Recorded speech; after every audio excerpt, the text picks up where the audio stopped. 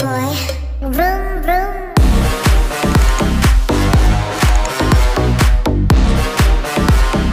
Sa simula ng pelikula, ipinakita ang isang babaeng nagngangalang Bubbles, na biglang nagising sa kalagitnaan ng gabi, pagkatapos maalala ang pagkamatay ng kanyang ama 12 taon na ang nakakaraan. Sa panahong yun, si Bubbles, na 14 anyos pa lamang, ay nasaksihan ang pagkamatay ng kanyang ama, na pinatay ng 2 magnanakaw na pumasok sa kanilang bahay. Pagkatapos ng nakakatromang pangyayaring yun, madalas na namimiss ni Bubbles ang kanyang ama, na palagi siyang tinuturuan ng martial arts at self-defense, para kaya niyang labanan ang mga kriminal na gustong manakit sa kanya. Kalaunan, pinakasalan ni Bubbles si Tanggol Montenegro, na una niyang nakilala sa isang narcotics meeting. Dahil nagmula si Tanggol sa isang mayamang pamilya, ang kanyang ama na si Robert, ay tila hindi sang-ayon kay Bubbles dahil wala silang masyadong alam tungkol sa kanyang nakaraan. Gayunpaman, ipinagtanggol ni Tanggol si Bubbles at kinumbinsi ang kanyang mga magulang na isang mabuting babae si Bubbles, hanggang sa tuluyan ng ikinasal sina Tanggol at Bubbles sa Arlington, Texas. Kalaunan, nag-honeymoon sila sa Caribbean Island, kung saan merong summer house ang pamilya ni Tanggol. Pagdating doon, nakita nila ang mga larawan ni Tanggol noong bata pa siya, habang kasama niya ang kanyang yumaong ina. Hindi nagtagal, in-enjoy ni Tanggol at Bubbles ang kanilang honeymoon sa pamamagitan ng pagsasagawa ng iba't ibang aktibidad sa paligid ng isla. Kinabukasan, pumunta ang bagong kasal sa isang restaurant kung saan nakilala nila ang isang lokal na nagngangalang Manny, na nagtatrabaho bilang tour guide para sa mga turista. Sa oras na yun, inimbitahan ni Manny sina Bubbles at Tanggol na sumakay sa isang milyang habang zipline sa may kagubatan ng isla, na pinamamahalaan ng kaibigan ni Manny. Nang maging interesado sa aktibidad, tinanggap ni Bubbles at Tanggol ang alok. Nang gabing yun, dinala din ni Manny ang bagong kasal sa isang nightclub para magsaya.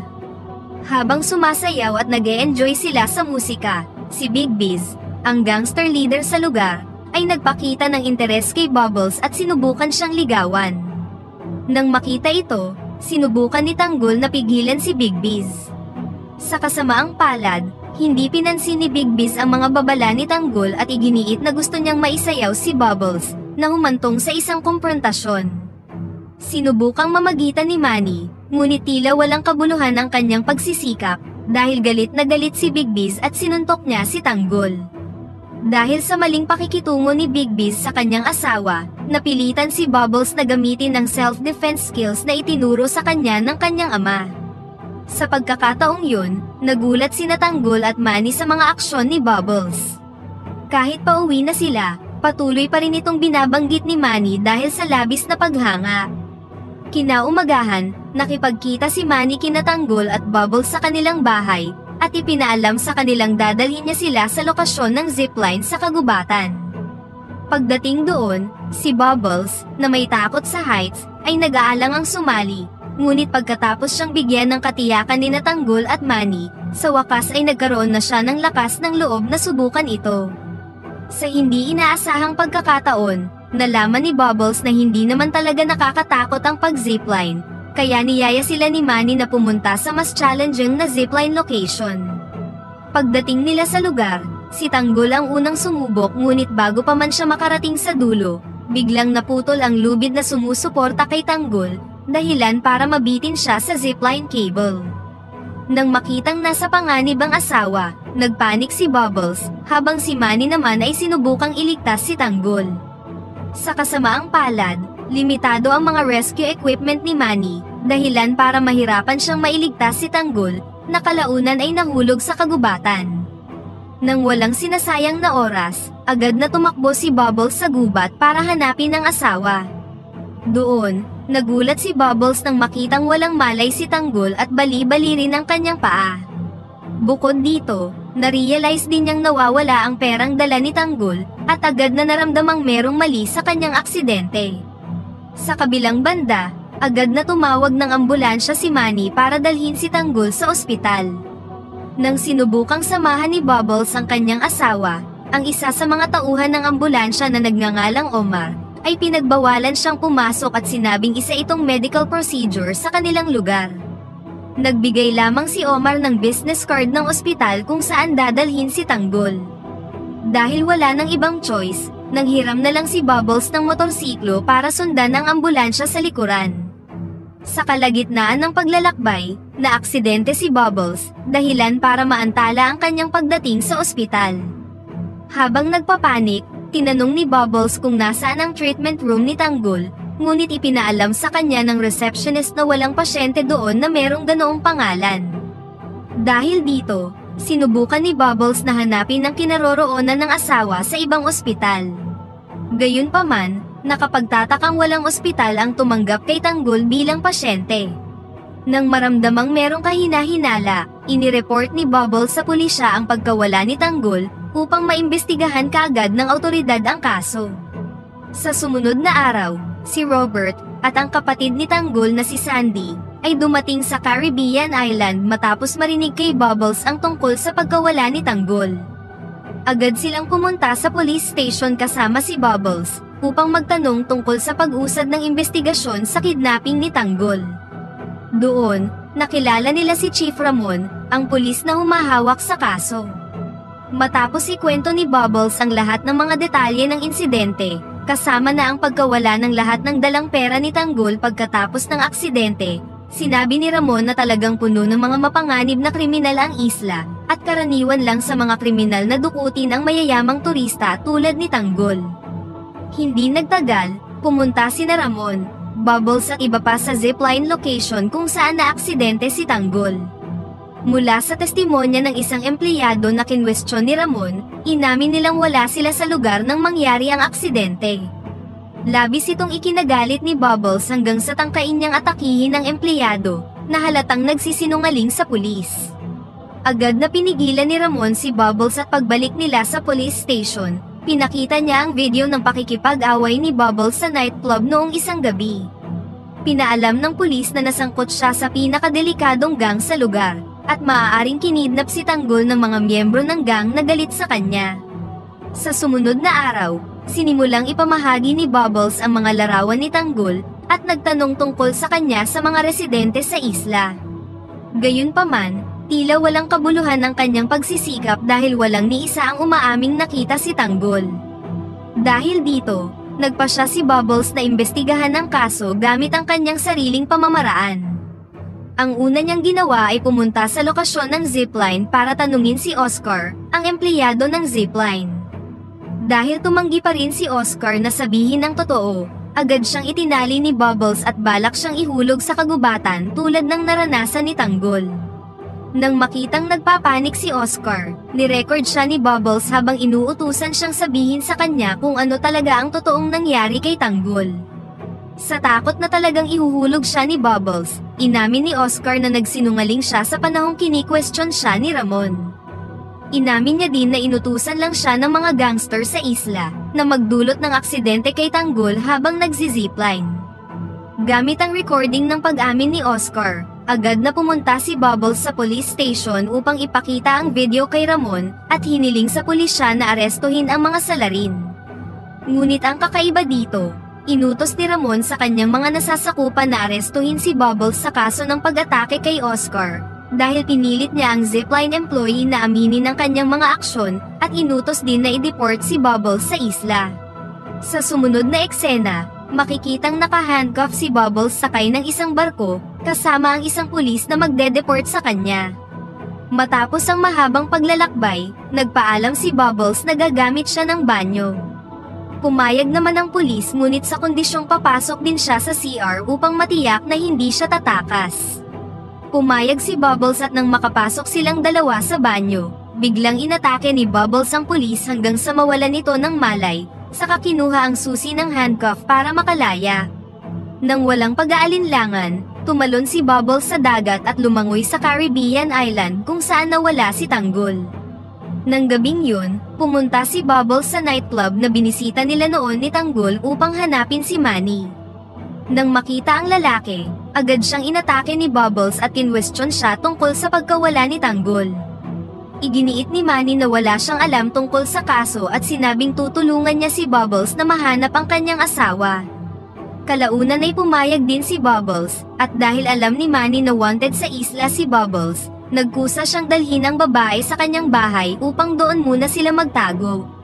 Matapos ipakilala sa ina at kapatid ni Manny, sinimulan ng talakayin ni Bubbles ang kanyang mga plano kay Manny. Sa kanilang pag-uusap, sinabi ni Manny na kailangan nilang hanapin si Omar at ang iba pang driver ng ambulansya para malaman kung sino ang mastermind sa likod ng pagdukot kay Tanggol.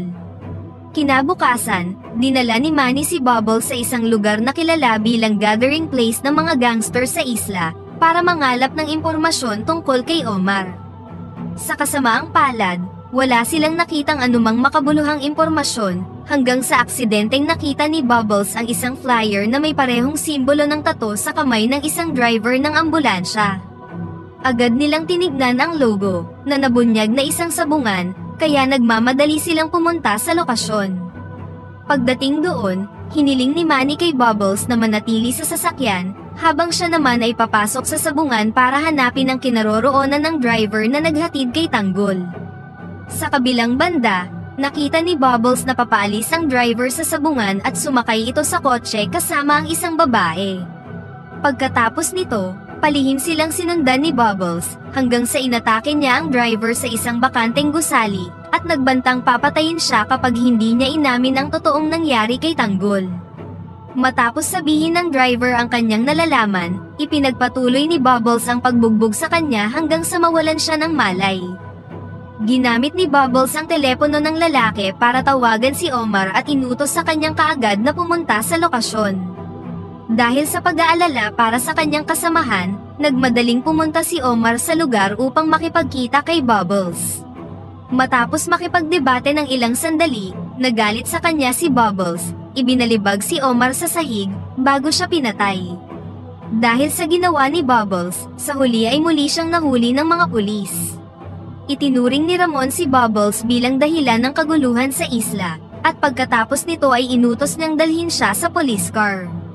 Noong una, ang akala ni Bubbles ay dadalhin siya sa police station, ngunit sa kalagitnaan ng paglalakbay, na-realize niyang dadalhin siya ng mga pulis sa kagubatan para doon siya patayin. Nang bumaba ang pulis ng sasakyan at naghukay ng libingan para kay Bubbles, nagawa niyang mapakawalan ang sarili mula sa pagkakahandcuff at pagkatapos nito ay pinatay na niya ang mga pulis. Kalaunan ng gabing yun, nagulat si Ramon sa isang tawag mula kay Bubbles, na sinabihan siyang pumasok sa silid ng kanyang anak. Pagkapasok sa silid, laking gulat ni Ramon nang makita si Bubbles, na nakatutok ang baril sa kanyang natutulog na anak na babae. Nang ma-realize na na-corner na siya, ipinagtapat na ni Ramon na namatay si Tanggol sa operating room noong araw ng aksidente. Inamin ni Ramon na kailangan niyang pagtakpan ng kaso dahil may utang siya kay Elbar, ang doktor na namahala sa operasyon ni Tanggol, na nagligtas din sa buhay ng kanyang anak noon. Matapos sabihin ang lahat, si Ramon, na nakaramdam ng pagsisisi kina Bubbles at Tanggol, ay palihim na nagpasyang wakasan na ang lahat. Pagkatapos nito, bumalik si Bubbles sa bahay ni Manny habang umiiyak, dahil kailangan niyang tanggapin ang katotohanang patay na si Tanggol.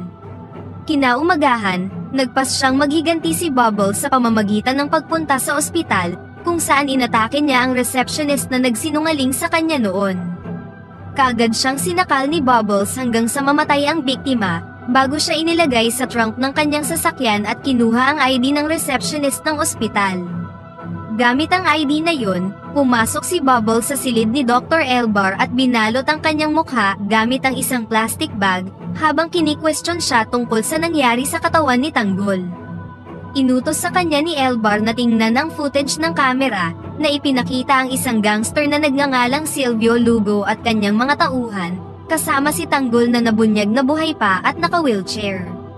Mula sa surveillance footage, dinala ng mga gangster si Tanggol sa operating room, kaya nag-disguise si Bubbles bilang nurse upang makapasok siya sa operating room para mailigtas ang asawa.